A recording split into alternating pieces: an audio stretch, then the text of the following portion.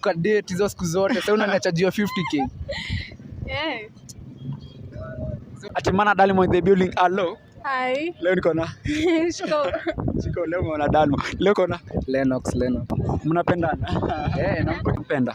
Nampenda. Sure. Na wewe? Mimi nampenda 100%. Okay. Can you leave your man for 10k? Load. Ni kadogo sana. 30k? Ndio hii hapa. Okay, 50k. Leave your man for 50k. Hiyo naenda. Unaniacha na 50k. Hiyo pesa ni mingi. Oh my god. Pesa ni mingi. Amesema nakuacha na 50. Yaani like kutoka tukiwa watu wengi nimekukrashia, nikakupenda, alafu tukadate hizo siku zote. Sasa unaniachajia 50k.